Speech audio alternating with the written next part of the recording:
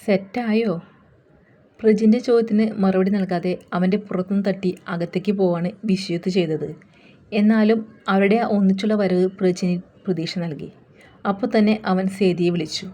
അവളും ആ ഒരു വിളി കാത്തിരിപ്പായിരുന്നു. രണ്ടാളും അവരുടെ പ്രതീക്ഷ കൈമാറി. നില വന്നതിൽ പിന്നെ സേതി ഉഷാറായതുപോലെയാണ്. പ്രജിൻ്റെ അടുത്ത് നല്ലോണം സംസാരിക്കാൻ അവൾക്ക് ആവുന്നുണ്ട്. ഒപ്പം മടി കൂടാതെ പ്രജിൻ്റെ വീട്ടുകാരോടും സംസാരിക്കാൻ അവൾ സമയം കണ്ടെത്തി തുടങ്ങി. നില വീട്ടിലേക്ക് എത്തുമ്പോൾ 7 മണി കഴിഞ്ഞു. അവളെ നോക്കി ഹാളിൻ്റെ വാതിക്കൽ ഒരു ചെയർ എടുത്തിട്ട് നീലിമ ഇരിപ്പുണ്ടായിരുന്നു. അമ്മമ്മ സമ്മതിക്കാത്തത് കൊണ്ടാണ് പുറത്തിരിക്കാതെ വാതിക്കൽ ഇരിക്കുന്നതെന്ന് നിലയ്ക്ക് മനസ്സിലായി. ചേച്ചിയുടെ പ്രതീക്ഷയോടെയുള്ള നോട്ടത്തിൽ അവൾ ചിരിയോടെ കണ്ണു ചിമ്മി. അടുത്തായി അമ്മമ്മയും ആൻറ്റിയും ഇരിക്കുന്നത് കൊണ്ട് നീലിമ ഒന്നും എടുത്തു ചോദിക്കാൻ നിന്നില്ല. എന്നാൽ വിശ്വജിത്ത് എന്തു പറഞ്ഞു എന്നറിയാതെ ഒരു വീർപ്പുമുട്ടലും വന്നു എന്നുള്ളതാണ്. ചേച്ചിക്ക് ഇഷ്ടമുള്ള കുളമീനാണ്. നില കയ്യിലെ കവർ പൊക്കിക്കാട്ടി. ഇതെവിടുന്ന്? നീലിമ പെട്ടെന്ന് ബാക്കി ചിന്തകൾ മാറ്റി നോട്ടം കവറിലേക്ക് മാത്രമായി. ഇത്തിരി പണിയാ, എന്നാലും 2 ഇപ്പോൾ തന്നെ വറുത്തു തരാം. നീലിമയുടെ ഇഷ്ടം അറിയാവുന്നതുകൊണ്ട് ഷീജ വേഗം കവർ വാങ്ങി അടുക്കളയ്ക്ക് പോയി. ഞാനും വരാം, ഇത്തിരി ചാരമെടുക്ക്, പുറത്തെ കല്ലിൽ ഉരച്ചെടുക്കുക. അമ്മമ്മയും എഴുന്നേറ്റു. നീലിമ നിലയെ അടുത്തേക്ക് പിടിച്ചു ഇരുത്തിയ നേരം തന്നെ ജിതിൻ്റെ കാറ് പോർച്ചിലേക്ക് വന്നു നിന്നു. ദേ ജിതിൻ ചേട്ടൻ വന്നു, ചേച്ചി അങ്ങോട്ട് ചെല്ല്, ഞാൻ പോയി ചേഞ്ച് ചെയ്തിട്ട് വരാം. ജിതിനെ കണ്ടുള്ള അവളുടെ ഒഴിഞ്ഞുമാറ്റം നീലിമയെ വേദനിപ്പിച്ചു. രാത്രി എല്ലാവരും കൂടി ഇന്ന് ഭക്ഷണം കഴിക്കുന്ന നേരത്ത് അച്യുതൻ ഹോട്ടലുകൾ ഓരോന്നും ഒന്ന് മോഡിഫൈ ചെയ്തു കുറച്ചുകൂടെ നല്ല രീതിയിൽ ശ്രദ്ധ കൊടുത്ത് മുന്നോട്ട് പോയാലോ എന്ന അഭിപ്രായം എല്ലാവരോടുമായി ചോദിക്കുന്നത്. മാമ, ജസ്റ്റ് മോഡിഫൈ ചെയ്താൽ മാത്രം പോരാ, നമുക്ക് നല്ല ഷെഫ്മാരെ വെച്ച് പുതിയ ഡിഷൊക്കെ കൊണ്ടുവരണം. ഇന്നത്തെ ആളുകളുടെ മാറുന്ന രീതി അനുസരിച്ച് നമുക്കും മാറ്റങ്ങൾ കൊണ്ടുവരണം. മാമന് വിരോധമില്ലെങ്കിൽ ഹോട്ടലിലെ കാര്യങ്ങൾ ഇനി ഞാനും കൂടി ഇൻവോൾവ് ആയിക്കോട്ടെ. അച്യുതൻ സന്തോഷത്തോടെ അവളെ നോക്കി. നിങ്ങളിൽ ആരെങ്കിലും ഒരാൾ ഹോട്ടൽ നോക്കി നടന്നതിൽ പരം സന്തോഷം വേറെയില്ല. നകുലിൻ്റെ ജീവനും അധ്വാനവുമാണ് അതൊക്കെ. എനിക്കോ ജിതിനോ വേണ്ടതുപോലെ നോട്ടം എത്താൻ പറ്റുന്നില്ല. മോളുകൂടി ഒപ്പം നിൽക്കുകയാണെങ്കിൽ നമുക്കിപ്പോൾ ഉള്ളിൽ മനോഹരമായി മുന്നോട്ട് പോകാൻ പറ്റും. എല്ലാവർക്കും നിലയുടെ തീരുമാനത്തോട് യോജിപ്പായിരുന്നു. അതിലും അധികം സന്തോഷം നില ഞാൻ തിരിച്ചു പോകുന്നില്ല എന്ന് അറിഞ്ഞതിലാണ്. രാത്രി കിടക്കും മുന്നേ നില സനിയെ വിളിച്ചു. വിശ്വത്തിനെ കാണാൻ പോയതും ജോബ് റിസൈൻ ചെയ്യുന്നതിനെക്കുറിച്ചും ഒക്കെ സംസാരിച്ചു.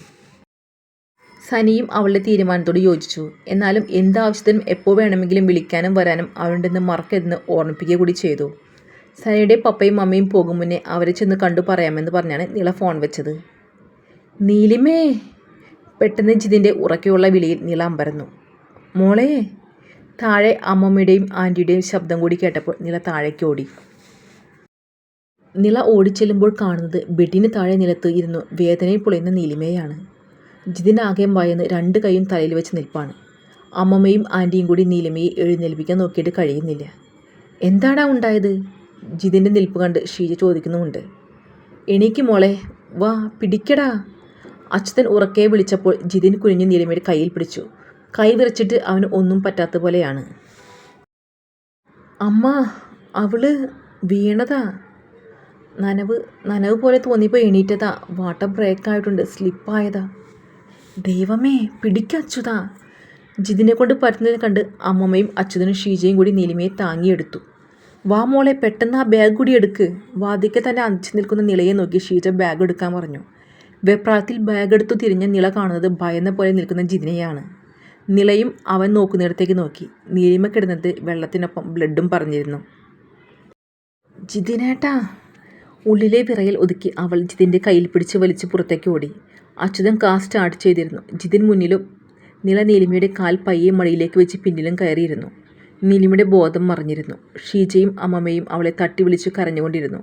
നില വിറയ്ക്കുന്ന കൈയോടെ ചേച്ചിയുടെ കാലിൽ മുറുകെ പിടിച്ചിരുന്നു.